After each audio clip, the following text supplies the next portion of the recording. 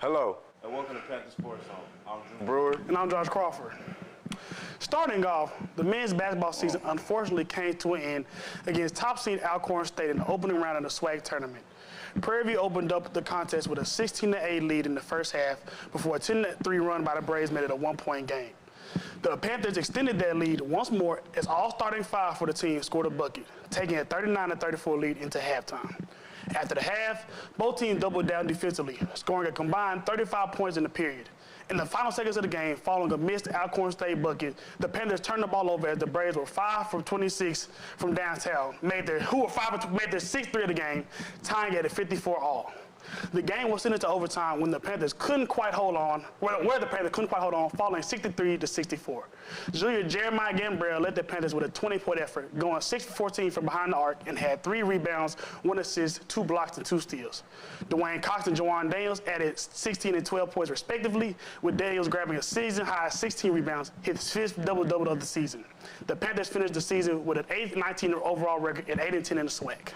On the women's side, a strong second-half effort wasn't enough for a comeback from a 17-point deficit against number 3 Alabama State Hornets.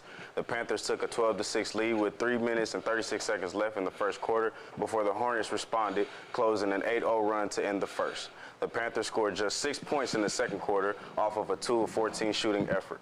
Going into the half, down 32-18, the Hornets picked things up where they left off, stretching their lead to 43-26 midway through the third. PV refused to give up in a large part thanks to free throw shooting from Curtis Clark and Diana Rodenthal, who went 10 for 10 from the charity stripe, to make it a 38-46 game in the fourth. The Panthers continued to chip away at the point making in a one-point game, but unfortunately time expired with the final score 58-60. Rosenthal led both teams in points, scoring 29 of the Panthers' 58 in the game. The senior shot 7 from 15 from the floor, including 2 from 5 from downtown and 13 from 17 from the free throw line. Sadly, both men and women lost in the first round. But what were some of the things that stood out to you, Josh, in those games? When I had Dorian on hosting with me on Wednesday, we talked about some of the matches we were most excited for. And the one that I stated, putting my homers into the side was the Alcorn PV matchup. You had a 1A game, which is always, supposed to be a tilted matchup, but we know, it was really opposite, honestly. Alcorn is more of a traditional football program. They hadn't won the SWAC in basketball since, I think, since like 2013, 2014. And then, PV has been either PV or TSU get the last, has gotten the NCAA tournament bids in the last 4 years. So it was just interesting to see that two programs that honestly could have switched sides and it would have made a lot more sense. Then you're talking about a guy, Linnell Henry, who actually transferred from PV to Alcorn. So it was just a lot of different factors in that game that was exciting for me to see. So it broke my heart because, again, it was just another game in which, the Panthers were in an advantageous situation. They just failed to come through in the clutch. You see a guy like Jawan Daniels, who's arguably one of the better Panthers in, PVAMU history, go out in the first round exit. And that's not the best way to end his career here. But they gave it all they got. And just, the downfall of this team, I was unsure why Will Douglas didn't play. But the biggest downfall was just an inability to win in the clutch. So, that kind of the hallmark of the season, and it seemed fitting that they lost in a one point game. With that 1 point loss, this is the 5th game that this team has lost by 1 point. The only win coming with Alcorn earlier in the season with the 74-73 win. So it's just, the team is coming together. Like, it's a tough thing, especially for Jawan Daniels. It's his senior year coming into it. I was at the game where it was just a heartbreaking loss for him. He gave it his all. He did what he could. And just for the whole team, they're going out there balling as much as they can. But one thing they got to focus on coming into this offseason is the turnovers they had. It says right here, we got against Alcorn, Panthers outscored 9-22 in points off of turnovers, turned the ball over 27 times to Alcorn's 11. So that's something that the team really needs to get to go for as the men's go into the offseason, just to learn more about. And I know we spoke with Coach Smith after that game, and one of the things he did preach about was the recruitment and trying to get guys that's really about the process, really trying to get everything that's going. So it's just, it's a heartbreaking loss. For the men and women's basketball team, the women's basketball team have been doing a really good job. Diana Rosenthal has been scoring 25 points or more in the games. And, that's a tough thing to go through when you're really giving it all you got, and it just doesn't come out to play. But, I know as a former athlete with football, that's something that it's really heartbreaking, I could say. Just I know them times of just when you want it as bad as you want it, and it just sometimes it doesn't work out. But that's when you get back into the drawing board and you get back into training and do what you got to do to fix the things that you learned from the season before. Facts. You know, me and our upcoming guest was able to talk about some of the tougher losses that we've taken while we was here in school. And you're right, Drew. The fashion in which the Panthers have lost, you know, these games has been very, you know, excruciating. But you see individual talent like a Diana Rosenthal, like a Juwan Daniels, that you know, like you said, just lays it all out on the line. So you know, Coach Smith and Coach Pugh have both been very successful here in their time at PV, especially Coach Smith on the men's side. You know, they both been able to put together, you know, strings of winning seasons. So you know, as tough it is to see, you know, two people like Juwan Daniels and Diana Rosenthal go. You know, history tells us they'll replace them with even bigger and better players. So I think with the track record that this coaching staff on the men's and the women's side has laid out, I think greater things are ahead of us. So, you know, even Kentucky has down years. You know, that's just going with that said. Like the women's basketball team was the second best in the SWAC in the three-point percentage. You know, the girls have been out rebounding people. They've been doing well with the shooting. So it's some things that's there that they can really come together and really work on. You know, they just need more talent around them, more people to help get that. Because they're a very talented team. Both teams, both men and women's basketball teams are very talented. And they got them this far to where they are now. So it's just a matter of getting back to the basics, you know, having your stuff together, making sure that you got your practices on time, making sure you got people that's really focused and trying to go for that win so we can go out there and get a tournament. Big facts, big facts. When we come back, we'll talk about some SWAC weekly honors from baseball and softball and get into some of the first-round matchups in the SWAC tournament. Coming back after this.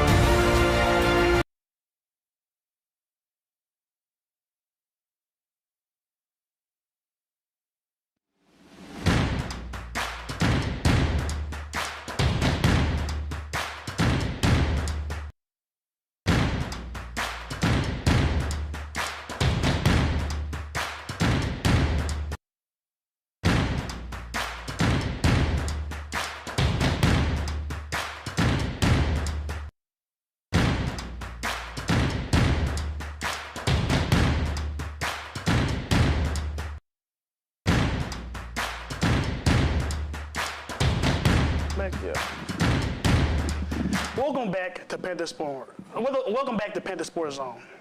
This week, SWAC baseball honors go to Texas Southern's Gabe Vasquez and Bethune-Cookman's Nolan Santos.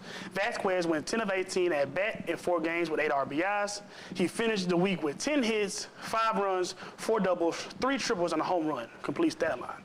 Vasquez had a 1,278 slugging percentage with his best outing, a 4-for-6 performance with 3 runs and 6 RBIs versus Sam Houston State on Saturday. The pitcher of the week, Santos led the Wildcats to their 3rd win in a row Saturday night with 8 dominant innings against Stetson.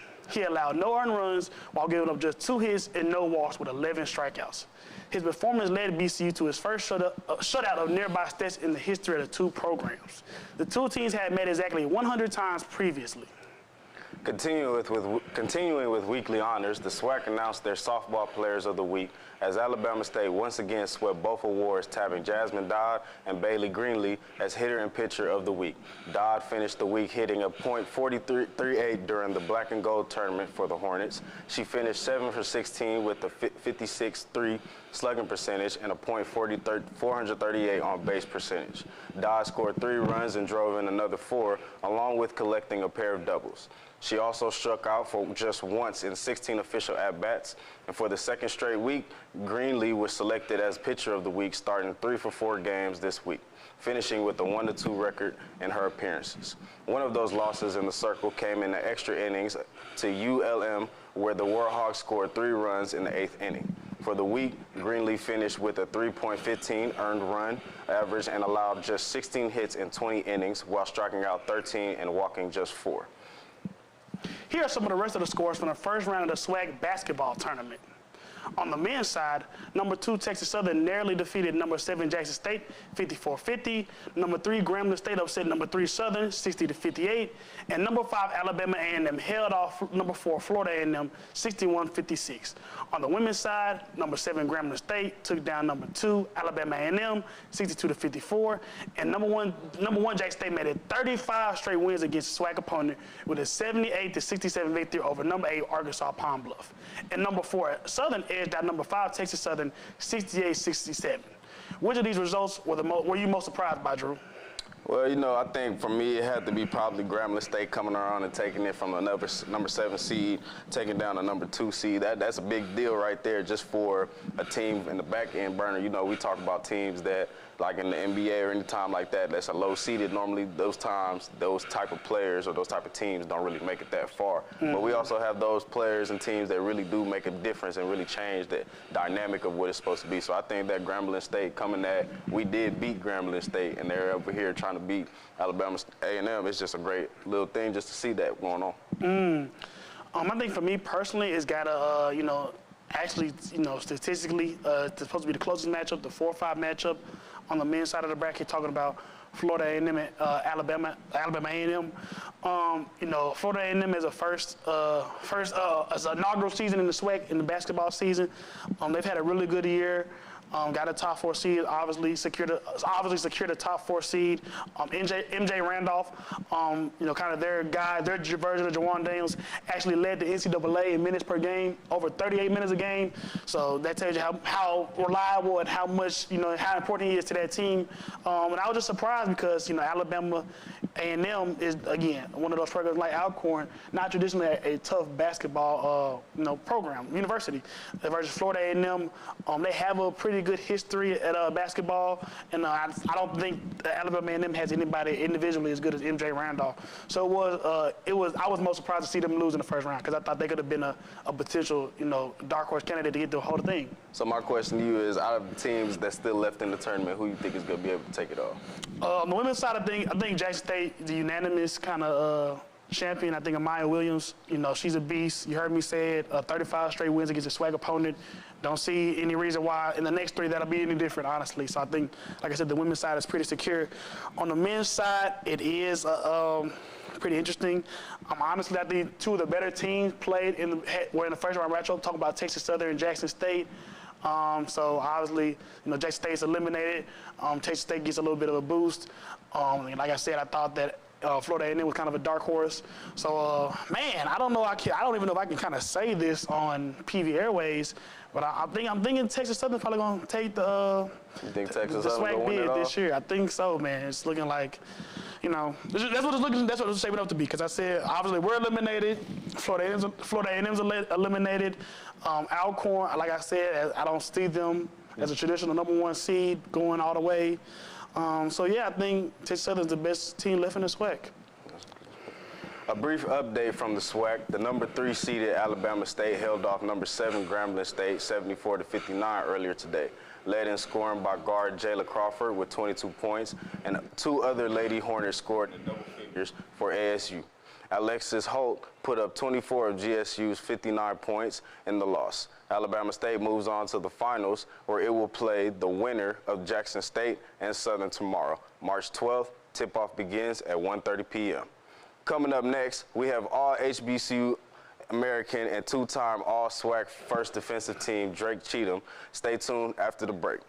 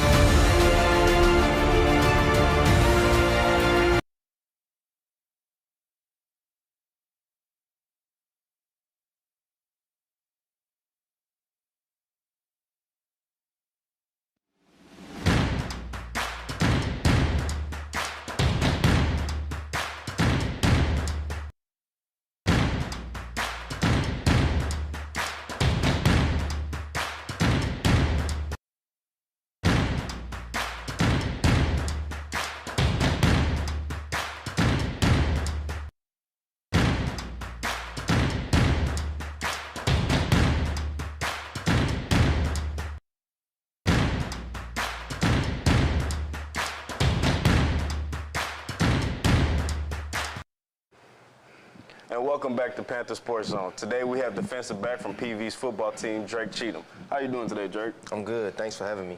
Man, this is obviously a guy that came in the same recruiting class as me. Somebody that I call a friend. I think hopefully that's not too presumptuous. Somebody we just been in the trenches together, man. We've been through a lot of wars together. Yeah, we're real life friends. It's not for no internet stuff. And you're one of the more, I've told you this before, and we probably can tell by the conversation that we have, but you're one of the more intelligent guys that I've met. Athlete, non-athlete, just the way that you break things down, the way that you think through things, and the way that you succeed not only on the field and in other ventures. I knew that you'd be, no shade to other guests, but this is the most excited I am for interview. So, man, obviously, big coaching change just happened. Right. Somebody that's been here, in the program in Bubba. There were reports, lingerings, rumors, whatever, that we were going to go outside the program. You're talking about a guy like Art Briles, a guy like Kevin Sumlin. You, as a leader of the team, how do you feel about Bubba stepping into the role as head coach? I'm extremely excited about Bubba being the head coach.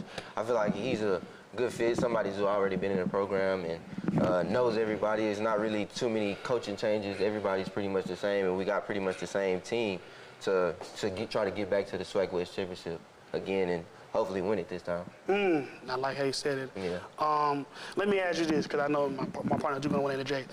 But like I mentioned before, we came in the same recruiting class. We came in with guys, both of us. You as a safety, you're about my height, about 190, 200. You're not the most physically dominant. We've came in with guys.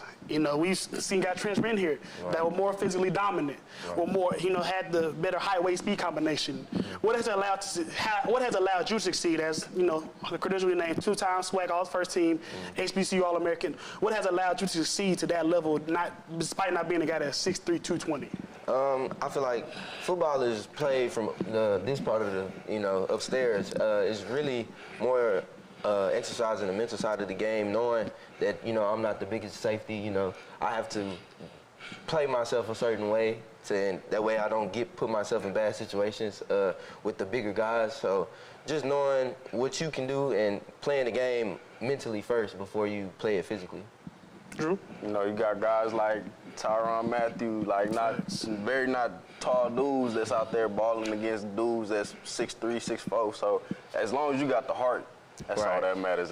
That's all it means. All right, you know how it feels. Yeah, for sure. But going into that, winning the Western SWAC Championship for over a decade, I know that was a very big moment for you guys. So how do you guys see the Panthers football going? Do you see that continuing, or how do you see it going on? We're growing. extremely at a high rate right now because, you know, going into the spring, we lost some key pieces defensively and offensively, but I feel like pretty much as a core, we have pretty much the same team. So there's no reason why we shouldn't be returning back to the SWAC championship. That running back 2022. Yeah, running back 2022. Running back. How you feel about me not coming back? I'm just playing. I ain't gonna ask. You know, like I said, you've been you started off 4 years here, right? I was like, you've been a 4-year starter. Don't let them humbly brag. That's a big accomplishment, y'all. You've seen, you know, a litany of, you know, outstanding DBs. Jalen Harris, Reddy Stubblefield, Story Jackson looked like a DB at times. You know, you got DeMarcus Robinson, the guy that transferred up. You know, really, DB play has kind of been a staple of, you know, our program since we came here. You got a guy, Logan Jackson, you know, that you came in with, you went to high school with, y'all have a very close relationship with. Y'all two have kind of been the pillars of that secondary, I'll say. What does that look like going forward? You got a young guy, Tariq Momer, that I really like. But outside of that, there is a little bit of inexperience. So what do you feel about the secondary going forward? Oh, we're growing.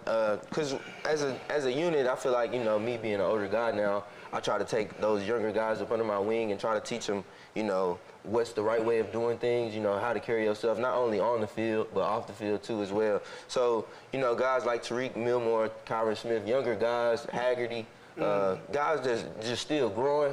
I'm working on them to, you know, when I do leave, they're ready to play. So that's important to me, you know, trying to keep that legacy of, you know, good DBs flowing through PVAMU. Big facts, big facts. That's good. One of my questions for you, I know football is one of the things that's very important, but also schooling is another thing that is very important. As we know that you guys are student athletes, the student part comes first. So doing this, coming into this, how do you feel about when you do graduate? Like, what are your plans for after school? The brother got options. Let him tell. He got options. He got options. So I plan to pursue, you know, opportunity my dream of playing in the NFL. But, you know, if that doesn't work out, I'm graduating this semester in my mechanical engineering. So I have a job opportunity to work as an engineer, hopefully, you know, out of college. You know, don't give up on your dreams just yet. You know, NFL, even if it don't work out, you know, you got the minor leagues, XFL, USFL, you got all these different things coming out. I know me and Josh talk about it a lot, but there's just some new things that's coming out that's really branching out the players and giving more opportunities, so people have more of an open mind when it comes to football. Right. Facts. You know, respectfully, Drew, you know, I understand, like you said, you know, there are a litany of different professional options for different guys. Explore the guy that we played with that explored it. But I'll say, because I know he won't, the only league this guy needs to be in is the one that starts with the N, ends in FL. Drake, we've talked off camera before. You know, like I said, we were really friends. So first of all, like I said, you know, I want to commemorate him on being somebody, because I've seen this man do homework before. Engineering homework is not regular stuff. He's got a whole page for one problem. So I'm just saying, this man he's real life smart, y'all. That's why he can do what he does at his size. We talked off camera about some of our tougher losses. We've, you know, it hasn't been the smoothest ride here at PV. Yeah. We've had some pretty excruciating losses, similar to this year's basketball team. You know, just break down some of the toughest experiences you've had here at PV with me. The 2019 Jackson State loss was very rough. It was on ESPN. Got to fight for the game. Yeah, fight before the game. We went into double overtime. Running back through a touchdown. They don't do that. That's not his position. Right, you know, he fumble-rooski touchdown. That was probably one of the worst losses, and that loss bothers me a little bit more because I don't know if you remember. The third down play before the fumble-rooski, I had my hands on the interception. So that one really, story turns. I do remember that. That's crazy. Yeah, that really bothers me that we lost to Jackson State. So that's why, because you did mention that. I never even. I mean, as soon as you said that, I saw it. But I remember the fumble running back touchdown a little bit more. Yeah. But dang. Yeah. So you keep that one close to the vest. Yeah, that one kind of bothers me. You know, so I feel like as a leader, you know, somebody that's supposed to be one of the staples in the team, I gotta win us the game. So that was tough. That bothers me. And I got in that game too, so I ain't getting that many, you know. But I got in that one. Drake, like I said, you came out of the Dallas area. I didn't say that, but you're from the Dallas area, West Mesquite High School. Very knowledgeable player, but like I said, not the biggest guy. So, you know, like I said, I know, but tell the audience how your recruitment was like in high school, what kind of offers you had, what kind of prospects you were, and and I am rambling a little bit, but why did you come to PV, and were you aware of like the power of HBC before you committed to one? I was not aware of I'd never even planned of coming to HBCU, being honest. Coming out of high school, my recruit, I was a very, small recruit due to my size. I had originally committed to Grambling coming out of high school. I was a Grambling commit at first coming out of high school, but when Eric Dooley switched from Grambling to PV, I switched my commitment as well. So he convinced me to, come to PV along with him, and he was the one standing on the table for me at Grambling. So I couldn't do nothing but respect that and come to PV. Fact, let me just tell y'all, in the recruiting process, you just see certain people, certain things, and teachers, coaches treat certain guys a certain way. So yeah, like I said, me and Drake were in the same recruiting class. We both got a visit, but they didn't come to my high school. I'm sorry, maybe because I'm not in close to Louisiana, but they definitely didn't come to my high school. I didn't get a Grambling offer either. So just to let you know the type of guy. What you say? What you gotta say, Drew? That's that Memphis, huh? Nah, facts. You feel what I'm saying? But let me ask you something, Drake, because like I said, you are you've essentially accomplished everything you're going to accomplish at this level. We've seen guys before us go to the NFL, talking about Anthony Stubbs, Quentin Bell, Kadero Hodge. What does that track look like to you? I mean, I'm just trying to pursue the dream, and as of right now, like, I know that's in the, that's there to come, but I'm really just focused on, each season. I'm trying to focus on each season so I can win us a championship and bring a championship home to PV. So I know that's coming near due to this is my last season, but I just try to focus on each season and take it one game at a time. So I don't really think about that too much. Being a DB and with Coach Bubba McDowell being the new head coach of PV football team, how do you feel about that, bringing in that sense of a DB mindset now to the head coaching position? So now defense is everything. So how do you feel about that impression? Versus the old guy. Yeah, for sure. This is a big change from, Eric Dooley. He's big on offense, as me coming in as a freshman, figuring him out, he coaches receivers, so he's big on receivers. All the trash talk. He's talking trash and everything like that. But to see a change in mindset for their head coaching position, and I like, I'm a defensive guy, and I feel like defense wins championships. So I feel like it's a good thing that we have a Bubba McDowell, the head coach, as being a defensive-minded coach. That's great. Let me ask you, something else as we close out, Drake. Obviously, like I said, one of the more accomplished guys, not only at the HBCU but the FCS level. You have a pattern of guys that have, taken the route of, start here, bounce to a higher level, put my name in the draft. Like I said, two pilots that we personally have played with, talking about Reggie Stubblefield and Story Jackson. Not to alarm any, PV alums or anything like that watching, but how realistic of an option is that for you? Is that something you plan to do? As of right now, no. I love PV. I just gotta be honest. I love PV. I really don't want to leave. If I was to leave, I would be being forced out the door, because I love it here. I love PV. I plan on doing grad school here due to I'm graduating this semester. So I love PV. I wouldn't want to leave. Rest assured you, all the alums I know were wondering that, and me reaching out and letting people know that you're gonna be on the show. That was one of the first questions actually, so I had to clear that up. I just appreciate you for coming on today's show. Well, let me ask one more thing. Let me ask one more thing, because Drake knows. Like I said, we're real life friends, so I don't really. I care. Like I said, I care what I say to him, but we're not going. Our friendship is not going to end over this. Everybody know Josh like to talk, boy. I like to talk. What is the biggest difference between Eric Dooley as a head coach and Bubba McDowell as a head coach?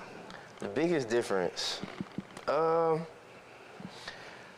just offensive, defensive minded people. I mean, that's the biggest difference. And man, I feel like Coach Bub's more of a player coach. Okay.